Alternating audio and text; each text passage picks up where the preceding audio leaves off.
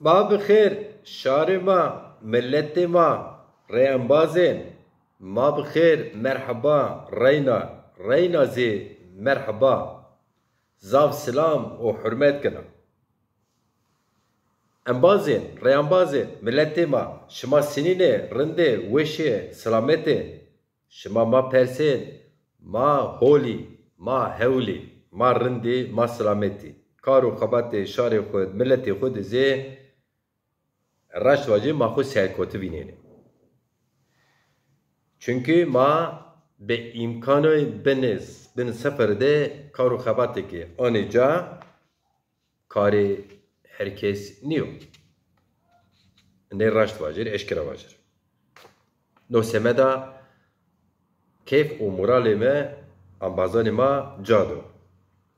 Merhaba saygıdeğer halkımız, kıymetli vatandaşlar, merhaba. Hepinizi saygıyla, sevgiyle selamlıyorum. Nasılsınız, iyi misiniz? Umarım, dilerim iyisinizdir. İyi olmaya çalışmak lazım. Biz iyi olmaya, çalışmaya çalışıyoruz. Biraz da Türkiye gibiyiz.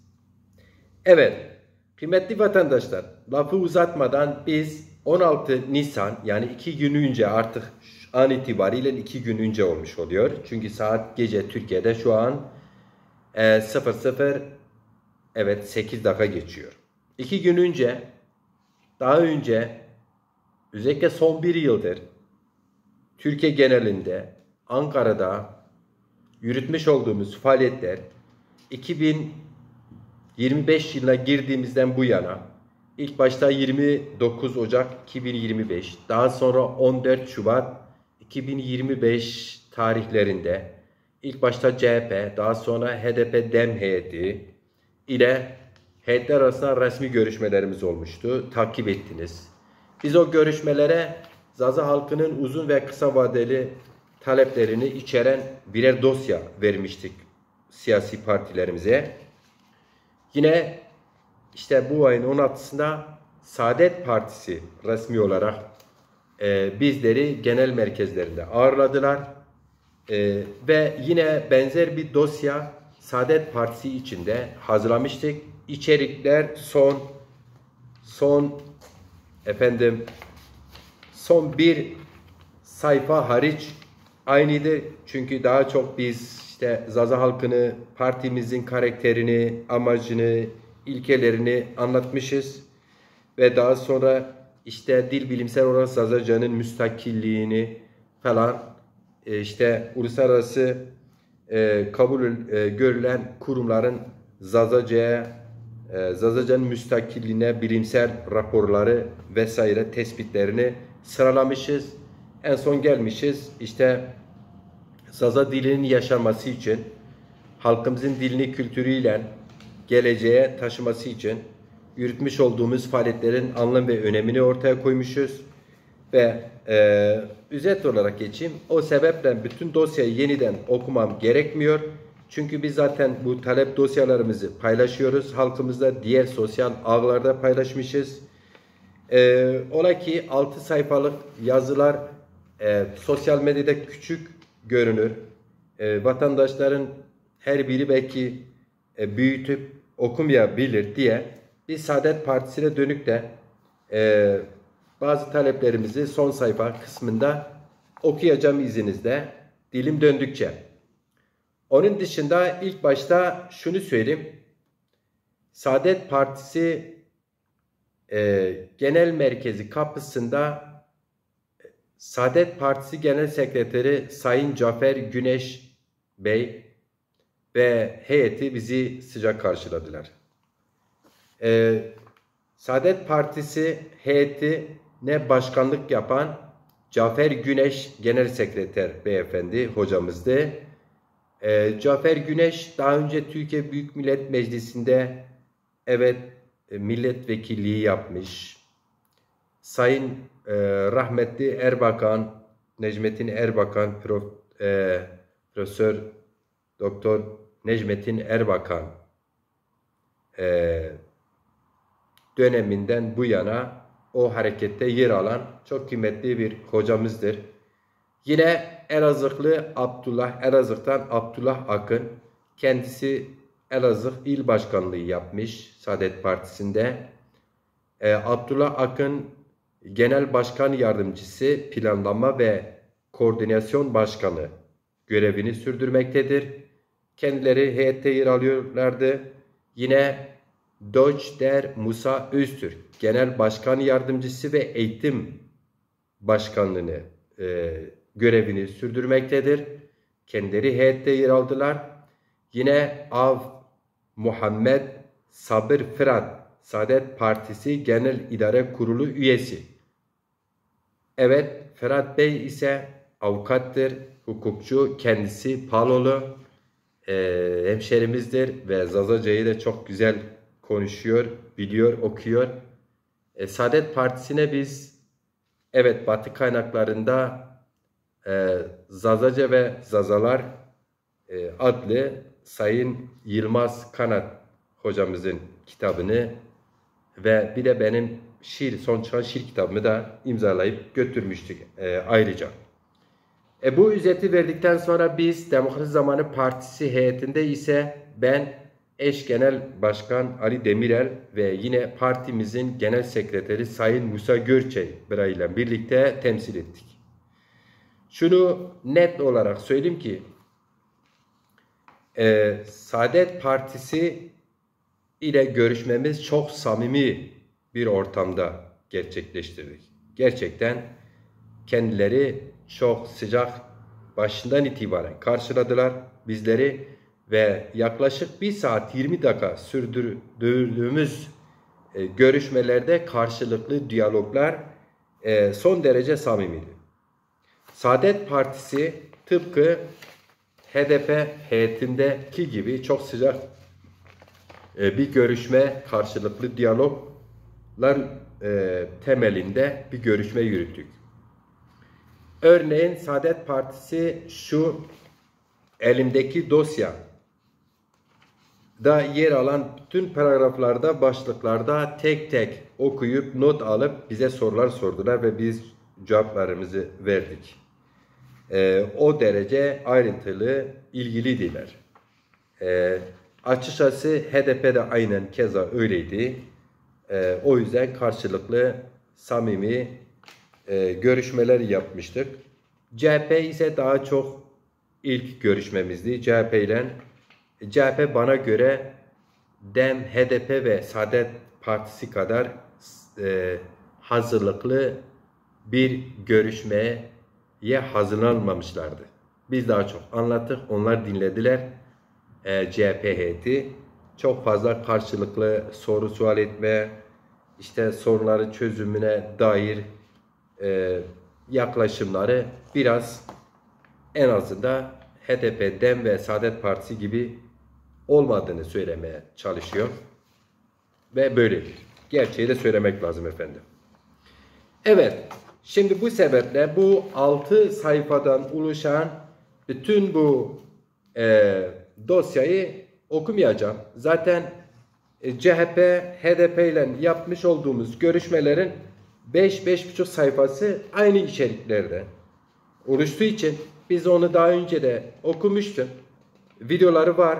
Gan TV YouTube'da ve yine diğer sosyal ağlarda isteyen, merak eden oradan talepleri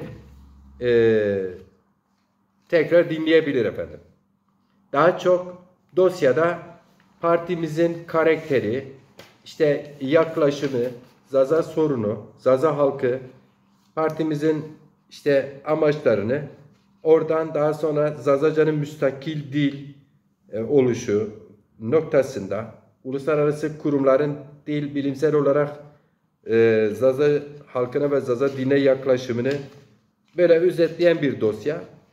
Bu son paragrafta son bir yıldır yürütmüş olduğumuz şey vardır. TRT Zazaki kanalı talebimiz ve Milli Eğitim Müfredatı'nda Zazaca'nın müstakilliği için yürütmüş olduğumuz faaliyetler ve bu faaliyetlerimizi sıralarken de TRT Zazaki kanalın talebimizi Saadet Partisi'ne de diğer partilere de ilettiğimiz gibi iletmişiz. Ve burada sadece bu son birkaç paragrafı okumak izninizle. Okumak istiyorum. Evet, biz şuradan başlayalım o zaman. 1. Zazaca yayınların başlanması. TRT tarafında Zazaca yayın yapan bir kanalın kurulması, Zaza halkının diline olan saygıyı gösteren bir adım olacaktır. Bu kanal, Zaza halkının kendine ait haber, sanat, siyaset, kültür ve müzik gibi alanlarda içerikler sunmasını sağlamalıdır. 2. Kültürel kimliğin korunması. Zazaca dilinde yayınlar, Zaza halkının kültürel kimliğinin korunmasına önemli bir katkı sağlayacaktır. Halk, kendi dilinde haber ve programlar izleyerek kültürel bağlarını güçlendirebilir ve kimliklerini daha derinlemesine hissedebilirler. 3. Halkın ihtiyaçlarına yönelik içerik üretimi. TRT Zazaki kanalı halkın bilgiye ulaşmasına sağlamak amacıyla çeşitli içerikler üretmeli, özellikle eğitim, kültürel programlar, sanat, müzik ve siyasi gibi temalarda Zazaca yayınlar sunmalıdır. Bu içerikler halkın kendini ifade bilmesine ve katılımcı bir toplum oluşturmaya katkı sağlamalıdır. 4. Dil ve kültürün yaşatılması için destek. Sürekli Zazaca yayın yapan bir kanal, dilin ve kültürün nesilden nesile aktarılmasında büyük bir rol oynayacak, genç kuşakların kendi dillerine olan bağlarını güçlendirecektir. Ayrıca Zazaca dilinin yaygınlaştırılması ve eğitimine katkı sağlayacak, dilin kaybolma riski azaltacaktır. Zaza halkının kendi dilinde haber almak, kültürel mirasına sahip çıkmak ve siyasi, sosyal konularda sesini duyurmak haktır. Bu sebeple TRT Zazaki kanalın kurulmasını ve Zazaca dilinin medyada daha fazla yer almasını talep ediyoruz.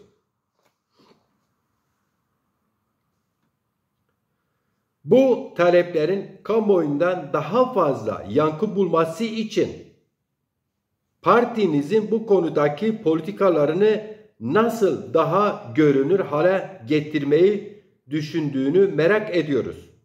Saadet Partisi'ne yani söylüyoruz bunu. Örneğin TRT Zazaki talebini meclis gündemine taşıma gibi adımlar planlıyor musunuz?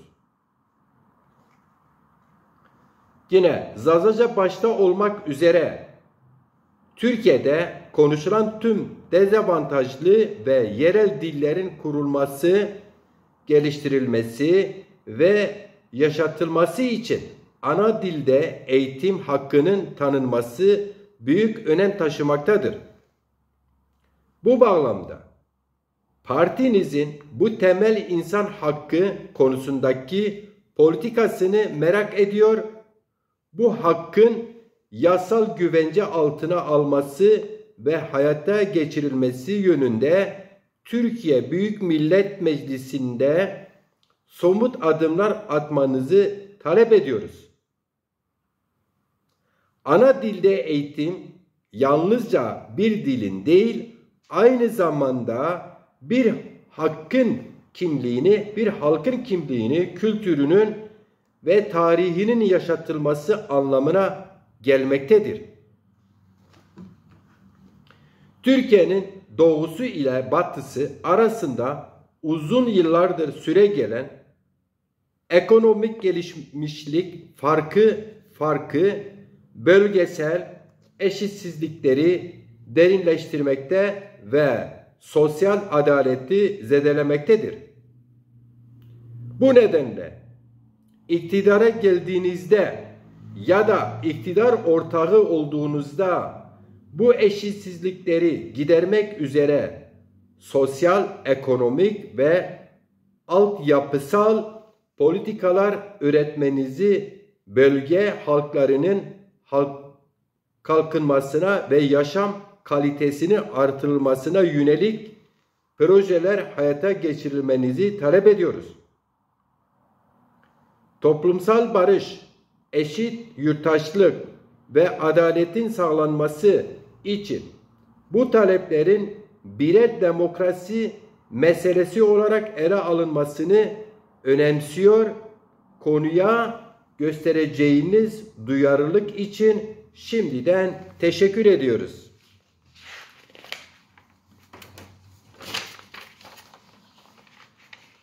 Demokrasi Zamanı Partisi Dezapar olarak Türkiye'nin kültürel çeşitliliğini ve çok dilli toplumsal yapısını zengin olarak görüyor.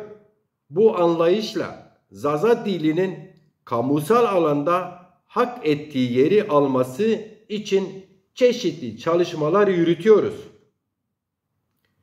Bu çerçevede hem TRT bünyesinde bir TRT Zazaki kanalın açılması hem de Zaza dilinin Milli Eğitim Bakanlığı müfredatında seçmeli ders olarak değil, bir dil dersi olarak kabul edilmesi amacıyla bir imza kampanyası başlatmış bulunmaktayız. Ancak üzülerek belirtmek isteriz ki gerçekleştirdiğimiz bu ve benzeri çalışmalar ulusal medya organlarında yeterince yer bulmamaktadır.